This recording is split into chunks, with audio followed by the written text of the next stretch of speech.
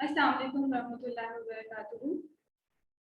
My name is Hamida Rahman and I am here to present Youth Focus. First of all, I will introduce Youth Focus. What's our aim? Why we are conducting these courses? Youth Focus